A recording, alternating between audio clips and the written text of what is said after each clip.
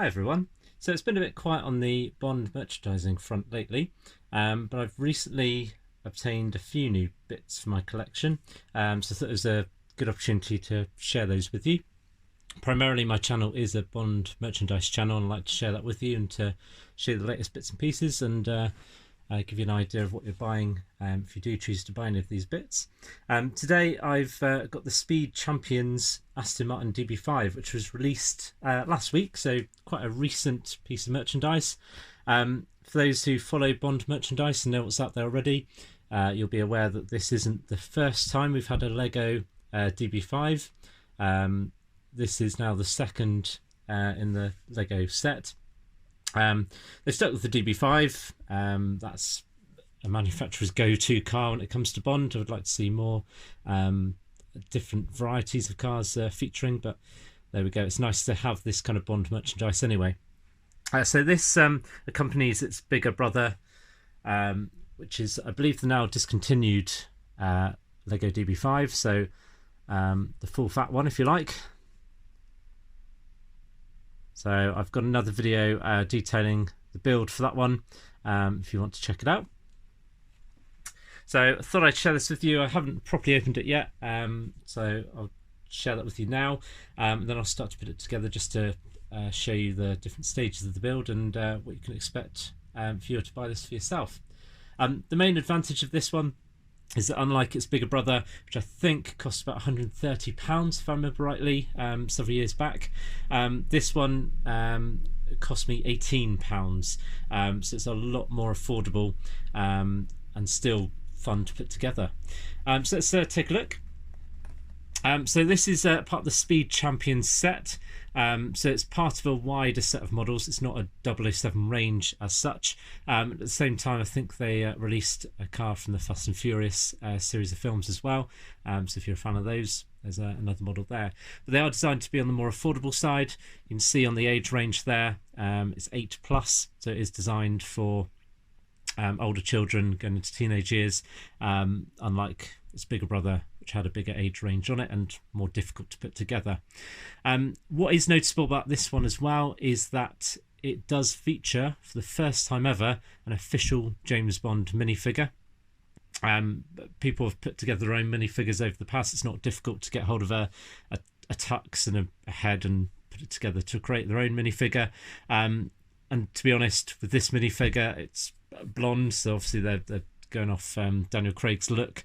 But to be honest, there's not much that makes it clear it's the first ever James Bond minifigure. It seems like they've just roped together some other bits that they've had to warrant it. But it is now an official set. It comes with a figure, unlike the bigger model I had previously. So that is a first for James Bond collectibles. The number, if you are interested in buying, is 76911. Quite easy to find, quite recent, so it'll be easily obtainable. And this one is modelled after its appearance in No Time to Die. So the registration plate that's on the box is the registration plate that you see in Matera when Bond is driving it through the narrow streets there. You do get license plates for all the other familiar license plates that you know of the DB5 that are featured in Goldfinger, which also feature on the bigger model as well. So let's take a look. I've already jimmied it open already.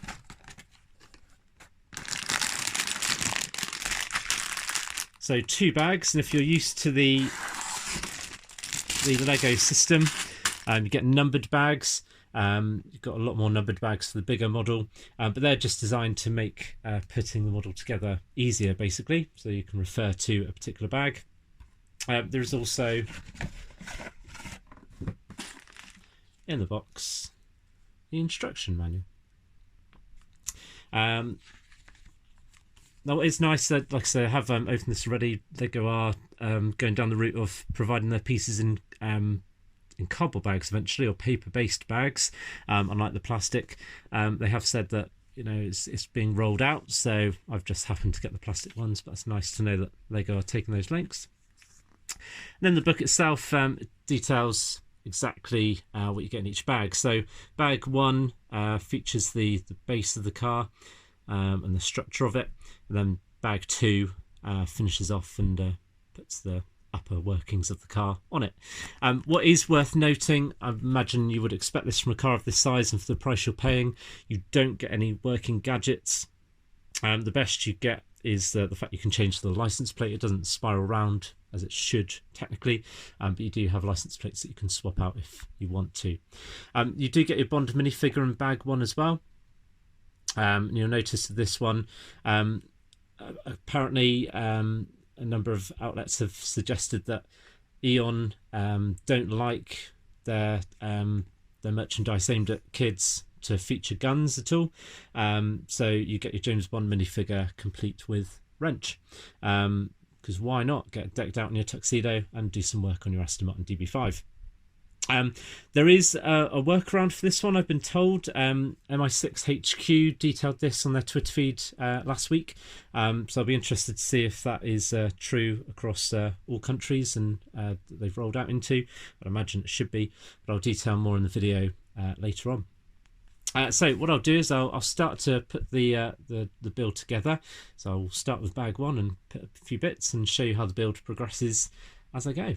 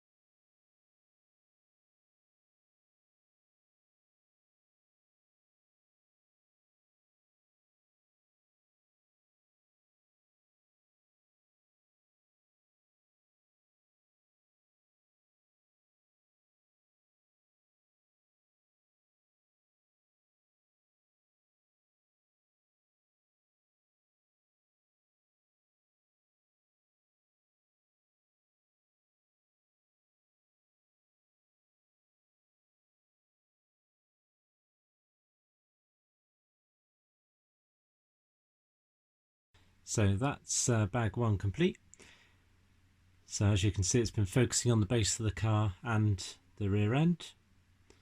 For something this size, I'm actually quite impressed how it's come together so far and the detailing involved. One thing I forgot to mention earlier on in the video is that you do get the sticker sheet, so no doubt have seen me sticking those on throughout. So relatively simple to build. I did make one slight mishap, which you may have noticed. It's the first time I've done a kind of speed build. Yeah, as you can see, that it does come together quite nicely, and you can start to see the shape of that Aston Martin taking shape there. So on to bag two.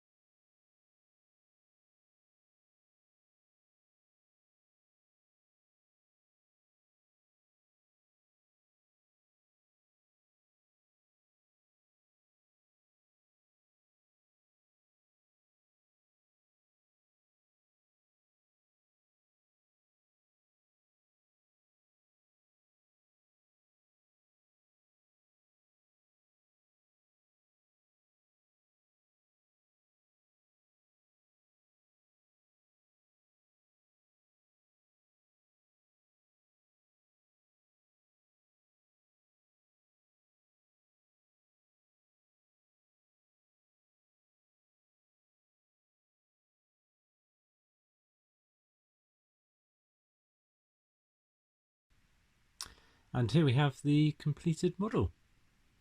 So actually I'm quite impressed with how it's turned out. Keep in mind this is a £20 kit, so it's not overly expensive, particularly compared to its bigger brother. I actually managed to get this with 10% off, so it cost me only £18 in the end. Yeah, and I'm quite impressed. For the small scale, it still has that recognisable DB5 shape. You'll notice as well at the end of the building section of this video, you do get license plates for the recognisable numbers that we've come to know associated with this DB5. So this model is themed around its appearance in No Time to Die. So we do get the Italian number plate there. You do also get other number plates. So these are all featured in Goldfinger on the revolving number plate feature, which we don't really see utilised at all, but it's nice that the detail is there. What's also interesting is we do get the infamous BMT 216A license plate, which we see in Goldfinger and Thunderball. But eagle-eyed viewers will also notice that you also get the BMT 214A, which you may know appears in GoldenEye, and I believe Tomorrow Never Dies as well. There's a few stories looked it up in preparation for this video. There's a few stories regarding why they didn't have the correct license plate. One is perhaps a production oversight, but the more suitable answer, I feel, is just the way British license plate registration works. Someone had already bought the BMT 216A model of the car, so it wasn't available when it came to filming, so they had to go for the next nearest, I guess. If anyone can clarify that in the comments, that'd be really useful. What is also quite interesting as well, and something I hinted at the beginning of this video, and this is something that MI6 HQ picked up on as well, is that this part, which features as part of the exhaust when I was building it, so on the actual model itself, it features down there. It's quite a clever concoction, I suppose, just to allow the exhaust to prop out a bit from the underside of the car. But it does seem a bit of an odd part to put in there, particularly by the fact it looks very much like a gun. It's quite nice actually, because if you don't like your James Bond minifigure being accompanied with a wrench, which is not something we truly associate with the character of James Bond, here we have what looks very much like a handgun. So if you do want your Bond minifigure to have a gun instead, that's taken care of. This is all down to the fact that Lego have a long-standing idea that they like to provide spare parts. Obviously, when you complete a build, you always have the smaller parts left over. This, to me, feels a bit big to be considered a spare part. There are certainly other parts that, even other parts of the exhaust, that you could consider to be worthy of having a spare part, which aren't included. So to include this as a spare part does feel a bit odd. Is it the Lego creators including a handgun-shaped piece to satisfy fans, whilst also getting around the whole licensing issue, because they can advertise their James Bond minifigure with a wrench, but then handgun features in the model, just in case you want to use it as well. Still seems a bit silly, that whole idea of not wanting to license with handguns when the Bond character is very renowned for it. And I'm sure other collectibles, I think in my mind the Pop minifigures have handguns as well. I guess maybe because they're not detachable, they're allowed. Yeah, so overall a nice model. You can see inside there the Bond minifigure fits in quite nicely there, a bit lopsided on here. The actual part here does come off quite easily, so you can have a convertible DB5 if it's not too sacrilege for you. Yeah, it's overall a really nice model. Quite impressive. I always get impressed by Lego builds, and what seemingly feels a bit random actually turns out to be quite a sensible feature. So the way the engine and bonnet slotted in basically went in on 2 clips basically. So I haven't tried to do it because I don't want to demolish it now I've built it, but you can take that off if you want to. Yeah, so overall really nice build, and a much more affordable Lego James Bond kit if you weren't so convinced by the £130 price tag of the bigger model. Quite a quick build as well.